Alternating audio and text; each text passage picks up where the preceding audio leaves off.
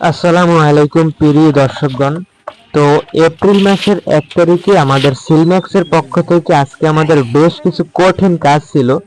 তো কাজের লিস্টটা আগে আপনারা দেখে নিন। তো এইটা হলো লিস্ট অনুযায়ী আমরা প্রথমে আমাদের গতকালকে আনলোড করে রাখা যে আমাদের গোবরের যে বস্তাগুলো ছিল, যেগুলো আমাদের আদা চাষে আমরা ব্যবহার করব, রাস্তার পাশে আমরা রেখে গিয়েছিলাম, যেহেতু ঈদের দিনে আমরা খুব একটা কাজ করতে পারি না। তো সেই আনলোড করা বস্তাগুলো আজকে আমরা সকল সদস্য মিলে আমাদের কৃষি জমিতে সেগুলো আমরা নিয়ে যাচ্ছি। বেশ কিছুটা কষ্ট হয়েছে, তো যাই হোক। তো বস্তাগুলো নেওয়ার পরে আমাদের আরো অনেক কাজ আছে, এজন্য আমরা খুব দ্রুত করে এগুলো নেওয়ার চেষ্টা করতেছিলাম। কেননা আমাদের আজকে আবার গতকালকে যে আপনারা দেখেছেন ভিডিওতে, আমরা যে আদা কিনে আনছি, আদার বীজগুলো, তো বীজগুলো আজকে আবার প্রক্রিয়াজাত করতে হবে, অনেক কিছু কাজ আছে। তো যাই হোক, আমাদের সকল বস্তা আমরা প্রায় 20 থেকে 25টার মতো সব আমরা আল্লাহর রহমতে সুন্দরভাবেই আমাদের জমিতে নিতে পারছি।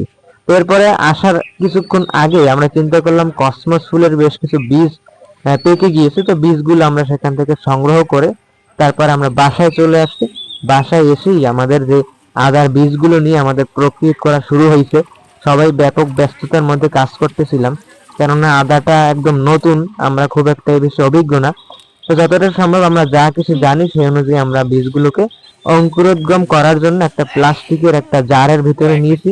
নিচের দিকে আমরা নাড়া বা কুটা এগুলো দিয়ে তার উপরে আদাগুলো বিভিন্ন স্তরে স্তরে বিন্যাস করে এর উপরে গোবর সার এবং আবার নাড়া কুটার একটা স্তর দিয়ে ভালো করে ঢেকে এর উপরে পানি দিয়ে এটাকে মোটামুটি একটা চেষ্টা করেছি যাতে করে এগুলো থেকে যেন সবগুলো থেকে যেন অঙ্কুরোদ্গম হয়ে চারা যেন তৈরি হয়, কারণ এখানে অনেকটা আমাদের কিন্তু টাকার বিষয় আছে।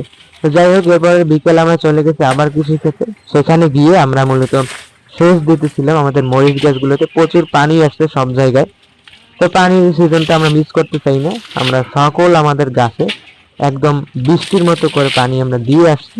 তো আলহামদুলিল্লাহ এভাবেই আমাদের আজকের কাজের সমাপ্তি ঘটে।